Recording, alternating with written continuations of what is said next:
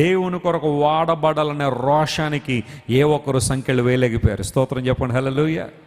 If you have a desire to be used by God, no one can restrict you my friend. ఏ ఒక్కరు నిన్ను ఏం చేయలేరు, restrict చేయలేరు. దేవుని సేవకులు చెరసాల్లో ఉండి పాటలు పాడుతూ ఉన్నారు. మొదట్లో అనుకుని ఉంటారు, పాపం గట్టిగా దెబ్బలు తగిలేసినాయి కాబట్టి వీళ్ళు ఏదో వాటి నుండి నిన్ను ఏం చేయలేరు, రిస్ట్రిక్ట్ చేయలేరు. దేవుని సేవకులు చెరసాల్లో ఉండి పాటలు పాడుతూ ఉన్నారు.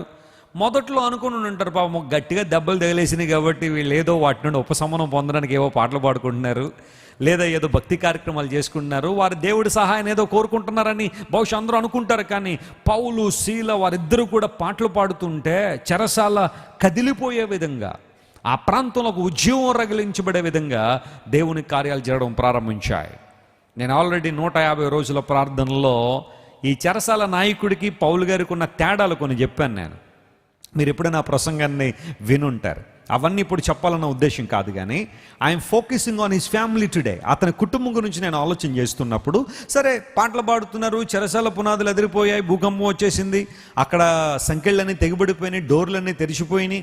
ఇంకా వెంటనే ఈయన ఏమనుకున్నాడు చెరసాల నాయకుడు, అందరూ తప్పించుకుని పోయి ఉంటారు బయటికి, అందును బట్టి ఇప్పుడు నా ఉద్యోగం పోయేలా ఉంది. రోమన్ సామ్రాజ్యంలో నాకు ఇవ్వబడిన క్యాడర్ ఏదైతే ఉందో, పొజిషన్ ఏదైతే ఉందో, ఆ ఉద్యోగం నుంచి నన్ను ప్రక్కకు తొలగిస్తారు. ఉద్యోగం మాత్రమే పోవడం కాదు, జాగ్రత్త వినండి, అతని ఉద్యోగం మాత్రమే కాదు, అతని ప్రాణాన్ని కూడా తీసేస్తారు.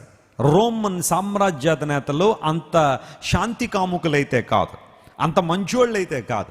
ఎంతమంది వెళ్ళిపోవడానికి కారణం నువ్వయ్యావు కాబట్టి నువ్వు బతికేవడానికి ఉపయోగం అని చెప్పి అతడు మాత్రమే కాకుండా అతని కుటుంబాన్ని కూడా నిర్దాక్షిణంగా చంపేస్తారు.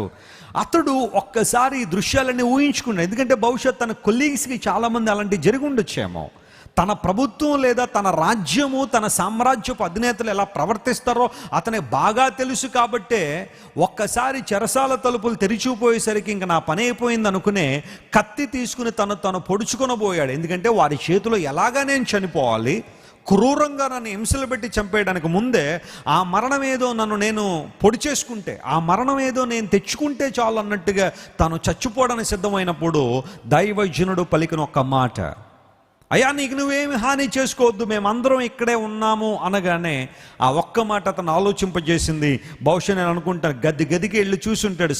అక్కడున్న ఖైదీలందరూ అక్కడే ఉన్నారు, ఖైదీలందరూ అలాగే ఉన్నారు. ఎంత మార్పు వారిలో కలిగడానికి కారణం వారు చేసిన ప్రార్థన, వారు పాడిన పాటలు. బహుశా ఇలాంటి భూకంపం అంతకు ముందు రోజు కనుక వచ్చుంటే ఆ చెరసాల్లో ఏ ఒక్కడు కూడా ఉండేవాడు కాదు, ఏ ఒక్కడు ఉండమన్నా ఉండేవాడు కాదు. ఎందుకోసం తెలుసా? తలుపులు తెరిచిపోయినప్పుడు ఎవరైనా ఉంటారండి లోపల? చెరసాల తలుపులు తెరిచినప్పుడు ఎవరైనా లోపల ఉండడానికి ప్రయత్నం చేస్తారా? తలుపులు మూసినప్పుడే బయటకు వచ్చేయడానికి చాలామంది విశ్వ ప్రయత్నాలు చేస్తూ ఉంటారు, బయటికి దూకేయాలని.